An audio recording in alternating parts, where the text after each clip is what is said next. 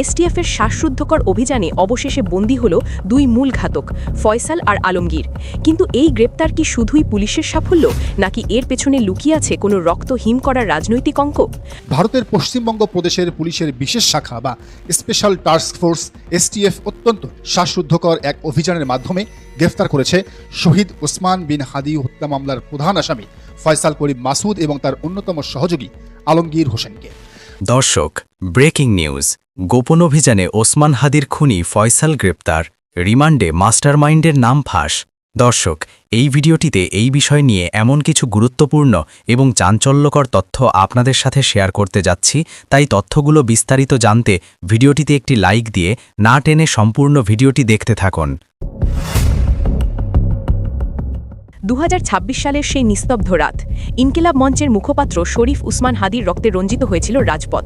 ঘাতকরা ভেবেছিল সীমান্ত পার হলেই তারা ধরাছোঁয়ার বাইরে, কিন্তু নিয়তি তাদের জন্য অপেক্ষা করছিল পশ্চিমবঙ্গের এক অন্ধকার অলিগলিতে। এসটিএফের শ্বাসরুদ্ধকর অভিযানে অবশেষে বন্দী হল দুই মূল ঘাতক ফয়সাল আর আলমগীর।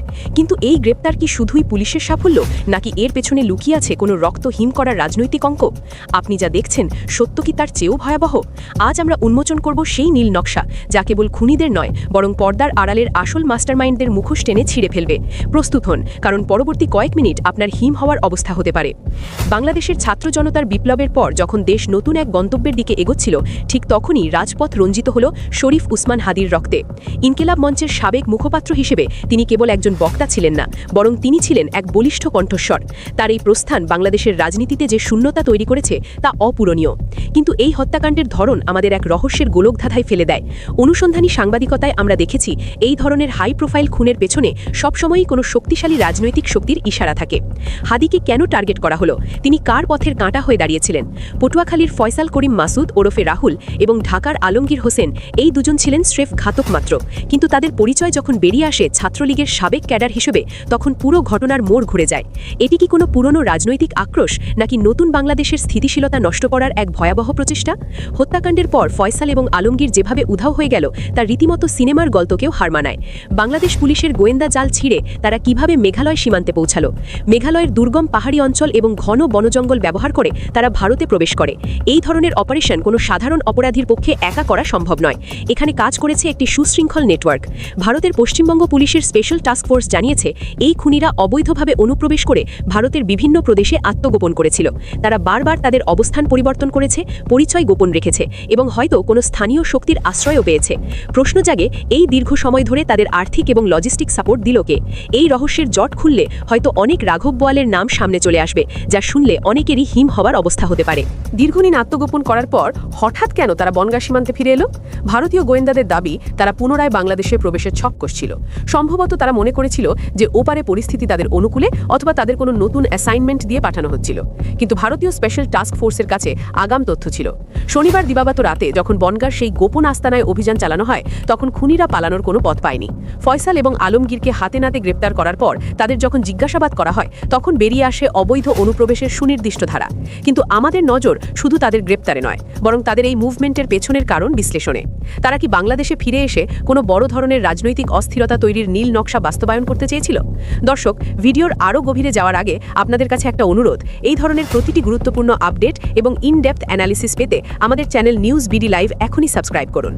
ইতিহাস আমাদের শিখিয়েছে, রাজনৈতিক হত্যাকাণ্ডের বিচার অনেক সময় আইওয়াশ বা লোক দেখানো নাটকে পরিণত হয়। আপনাদের মনে আছে 2018 সালে ইস্তাম্বুলের সেই রক্ত হিম করা জামাল খাশোগি হত্যাকাণ্ডের কথা?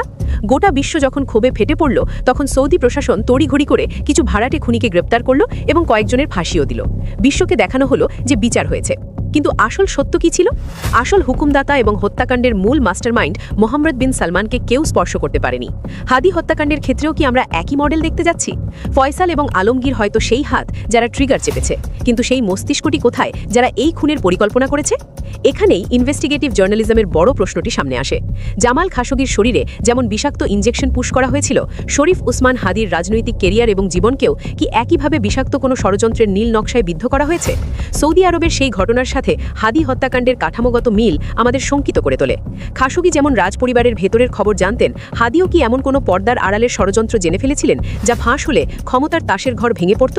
শুধু ভাড়াটে খুনিদের বিচার করলেই কি হাদির আত্মা শান্তি পাবে? বাংলাদেশের বিচার ব্যবস্থাকে এখন প্রমাণ করতে হবে যে এটি কোনো ধামাচাপা দেওয়ার চেষ্টা নয়, বরং প্রকৃত অপরাধীকে খুঁজে বের করার লড়াই। এই পর্দার আড়ালের ষড়যন্ত্র নস্যাৎ করতে হলে আমাদের আরও গভীরে যেতে হবে, কারণ হুকুমদাতারা যখন ধরাছোঁয়ার বাইরে থাকে তখন বিচার ব্যবস্থা স্রেফ একটি প্রহসনে পরিণত হয়। ভূ রাজনৈতিক এই দাবার বোর্ডে ভারত ও বাংলাদেশের সম্পর্ক এখন এক অগ্নি পরীক্ষার মুখে। ফয়সাল এবং আলমগীরের ভারতের বনগাঁ সীমান্তে ধরা পড়া কেবল একটি সাধারণ গ্রেপ্তার নয়, এর পেছনে থাকতে পারে দীর্ঘমেয়াদী কোনো ইন্টেলিজেন্স শেয়ারিং অথবা কোনো গোপন পলিটিক্যাল ডিল। প্রশ্ন উঠছে, ভারত কি এই ঘাতকদের স্রেফ অপরাধী হিসেবে হস্তান্তর করবে, নাকি তাদের কাছে থাকা তথ্যগুলো কোনো কূটনৈতিক দর কষাকষির হাতিয়ার হিসেবে ব্যবহৃত হবে? তারেক রহমানের জন্য এখন সবচেয়ে বড় চ্যালেঞ্জ হলো ভারতকে এই খুনিদের হস্তান্তরে বাধ্য করা এবং একই সাথে দেশের ভেতরে থাকা তাদের গডফাদারদের মুখোশ উন্মোচন করা। যদি এই প্রক্রিয়ায় কোনো শৈথিল্য দেখা যায়, তবে জনগণের মনে এই ধারণা বদ্ধমূল হবে যে ক্ষমতার পালাবদল হলেও খুনের রাজনীতির মাস্টারমাইন্ডরা সবসময়ই ধরাছোঁয়ার বাইরে থেকে যায়। আমরা যখন এই প্রতিবেদনটি তৈরি করছি তখন আমাদের কাছে আরও কিছু গোপন তথ্য আসছে। শোনা যাচ্ছে এই ঘাতকদের গ্রেপ্তারের পেছনে হয়তো কোনো বড় ধরনের রাজনৈতিক ডিল বা সমঝোতা কাজ করছে। যদি সত্যি এমন হয় যে মূল হোতাদের বাঁচানোর জন্য এই গ্রেপ্তারকে একটি শিল্ড হিসেবে ব্যবহার করা হচ্ছে, তবে তা হবে অত্যন্ত দুর্ভাগ্যজনক। হাদির রক্ত যেন বৃথা না যায় সেদিকে আমাদের সজাগ দৃষ্টি রাখতে হবে। শরীফ উসমান হাদি কেবল একজন ব্যক্তি ছিলেন না, তিনি ছিলেন হাজারো তরুণের প্রতিচ্ছবি। ফয়সাল করিম মাসুদ এবং আলমগীরের এই পরিণতি দেশের অন্য সব অপরাধীদের জন্য একটি কড়া সতর্কবার্তা হওয়া উচিত। সীমান্ত পার হলেই যে পাপ থেকে মুক্তি পাওয়া যায় না তা আজ প্রমাণিত। আমাদের দাবি পরিষ্কার, কেবল অস্ত্রধারী খুনিদের নয়, বরং সেই নেপথ্যের কারিগরদেরও বিচারের কাঠগড়ায় দাঁড় করাতে হবে যারা সীমান্ত পার হতে এই খুনিদের অর্থ এবং শক্তি জুগিয়েছিল। তদন্ত যেন কেবল ফয়সাল আর আলমগীরের মধ্যে সীমাবদ্ধ না থাকে, তাদের রিমান্ডে নিয়ে কঠোর জিজ্ঞাসাবাদের মাধ্যমে বের করে আনতে হবে সেই হুকুমদাতাদের নাম। বিচারের নামে কোনো প্রহসন এদেশের সচেতন জনতা মেনে নেবে না। আজকের এই সংকটকালীন সময়ে আমরা যদি চুপ করে থাকি, তবে আগামীর ইতিহাস আমাদের ক্ষমা করবে না। আমাদের মনে রাখতে হবে, ফয়সাল আর আলমগীরের মতো ঘাতকরা স্রেফ মরণ কামড় দেওয়া বিষধর সাপের ল্যাজ মাত্র। আসল বিষদান্ত লুকিয়ে আছে সেই সব রাঘব বোয়ালদের মুখে যারা ড্রয়িং রুমে বসে এই হত্যার নীল নকশা এঁকেছে। এই ঘাতকদের গ্রেপ্তারের খবর যেন আমাদের আসল লক্ষ্য থেকে বিচ্যুত না করে। এই হত্যার নেপথ্যে থাকা সেই অর্থনৈতিক যোগানদাতা এবং রাজনৈতিক প্রশ্রয়দাতাদের আইনের আয়ত্তায় না আনা পর্যন্ত রাজপথ শান্ত হবে না। প্রতিটি বিপ্লবী জনতাকে আজ অতন্দ্র প্রহরীর মতো জেগে থাকতে হবে, যেন কোনো অন্ধকার হাত এই বিচারের প্রক্রিয়াকে শ্বাসরোধ করে হত্যা করতে না পারে। ভাড়াটে খুনিরা আজ খাঁচায় বন্দী, কিন্তু তাদের পেছনে সুতো নাড়ানো সেই অদৃশ্য হাতগুলো কি এখনো মুক্ত বাতাসে ঘুরে বেড়াচ্ছে না? বাংলাদেশের রাজনৈতিক অঙ্গনে ঘটে যাওয়া অন্যতম আলোচিত এবং চাঞ্চল্যকর হত্যাকাণ্ড ইনকিলাব মঞ্চের সাবেক মুখপাত্র শরীফ উসমান হাদি খুনের ঘটনায় এবার এলো সবচেয়ে বড় ব্রেকিং নিউজ।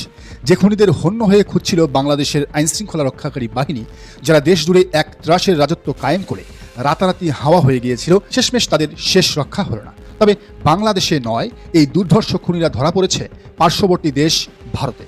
ভারতের পশ্চিমবঙ্গ প্রদেশের পুলিশের বিশেষ শাখা বা স্পেশাল টাস্ক ফোর্স STF অত্যন্ত শ্বাসরুদ্ধকর এক অভিযানের মাধ্যমে গ্রেফতার করেছে শহীদ ওসমান বিন হাদি হত্যা মামলার প্রধান আসামি ফয়সাল করিম মাসুদ এবং তার অন্যতম সহযোগী আলমগীর হোসেনকে। ভারতীয় সংবাদ মাধ্যম ANI এবং পশ্চিমবঙ্গ পুলিশের বরাত দিয়ে এই খবরটি যখন সামনে আসে, তখন গোটা দেশেই রীতিমতো তোলপাড় শুরু হয়ে গেছে। সামাজিক যোগাযোগ মাধ্যমেও চলছে খুশির বন্যা। আজ আমরা আপনাদের জানাবো কিভাবে এই খুনিরা দেশ থেকে পালিয়েছিল, কিভাবে তারা ভারতের বিভিন্ন জায়গায় আত্মগোপন করেছিল এবং ঠিক কী উদ্দেশ্যে তারা পুনরায় বাংলাদেশে প্রবেশের ছক কষছিল। পুরো বিষয়টি সিনেমার গল্পকেও হার মানায়। আপনারা জানেন, ইনকিলাব মঞ্চের সাবেক মুখপাত্র শরীফ উসমান বিন হাদিকে অত্যন্ত নির্মমভাবে খুন করা হয়, যা দেশের রাজনীতিতে গভীর শোক এবং ক্ষোভের জন্ম নিয়েছিল। এই হত্যাকাণ্ডের পর থেকেই প্রধান আসামি পটুয়াখালীর বাসিন্দা 37 বছর বয়সী রাহুল ওরফে ফয়সাল করিম মাসুদ এবং ঢাকার বাসিন্দা 34 বছর বয়সী আলমগীর হোসেন নিখোঁজ ছিল। দুজনেই ছিলেন ছাত্রলীগের সাবেক নেতা। তখন বাংলাদেশ পুলিশের চোখে ধুলো দিয়ে তারা সীমান্ত পাড়ি দেয়। পশ্চিমবঙ্গ পুলিশের STF এর দেওয়া প্রেস বিজ্ঞপ্তি থেকে জানা যায়, খুনের পর এই অপরাধীরা অত্যন্ত সুকৌশলে মেঘালয় সীমান্ত ব্যবহার করে অবৈধভাবে ভারতে প্রবেশ করেছিল। মেঘালয়ের পাহাড়ি এবং দুর্গম এলাকা ব্যবহার করে তারা মূলত আইনশৃঙ্খলা রক্ষাকারী বাহিনীর নজরদারি এড়াতে সক্ষম হয়। ভারতে প্রবেশের পর তারা এক জায়গায় স্থির থাকেনি, এক জায়গায় থাকেনি।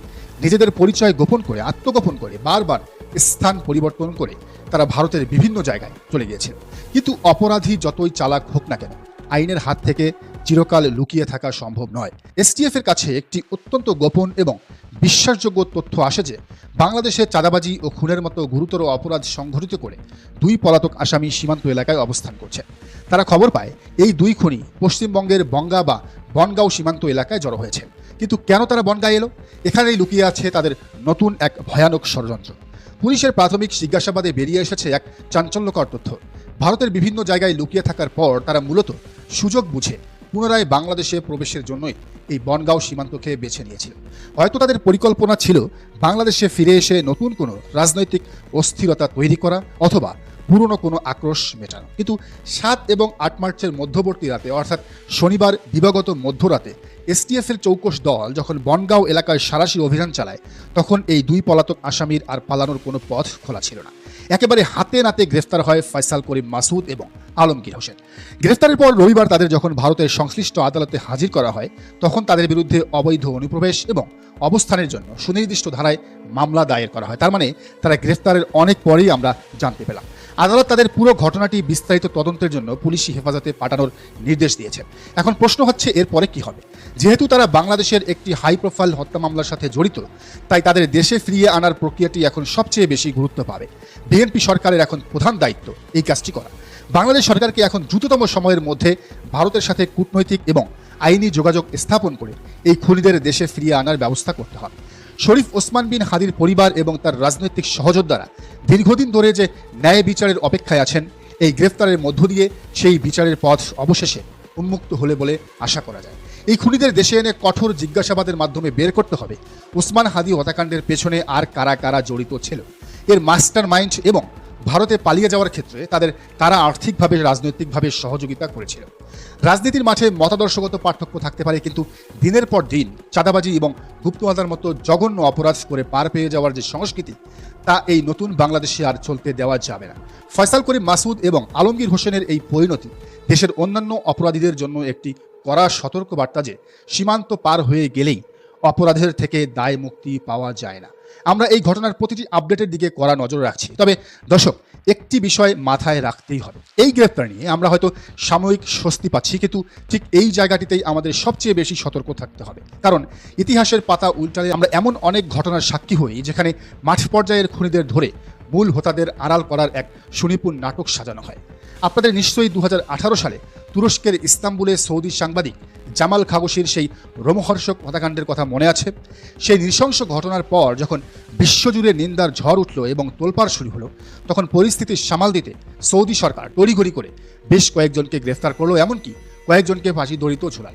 গোটা বিশ্বকে দেখানোর চেষ্টা করলো যে ন্যায় বিচার প্রতিষ্ঠিত হয়েছে। কিন্তু আসল সত্য ঘটনা কি ছিল? সেই হত্যাকাণ্ডের যিনি মূল নির্দেশদাতা, যিনি হুকুমের আসামি, সেই মোহাম্মদ বিন সালমান বা MBS এর কিন্তু টিকটিকিও কেউ ছুঁতে পারে। মূল হোতাকে সম্পূর্ণ ধরাছোঁয়ার বাইরে রেখে রাষ্ট্রীয় ক্ষমতার জোরে কেবল ভাড়াটে খুনিদের শাস্তি দিয়ে পুরো ঘটনাটি ধামাচাপা দেওয়া হয়েছিল অত্যন্ত চতুরতার সাথে। আজ ইনকিলাব মঞ্চের সাবেক মুখপাত্র শরীফ ওসমান বিন হাদির হত্যাকাণ্ডের ক্ষেত্রেও ঠিক একই রকম একটি গভীর ষড়যন্ত্রের গন্ধ পাওয়া যাচ্ছে।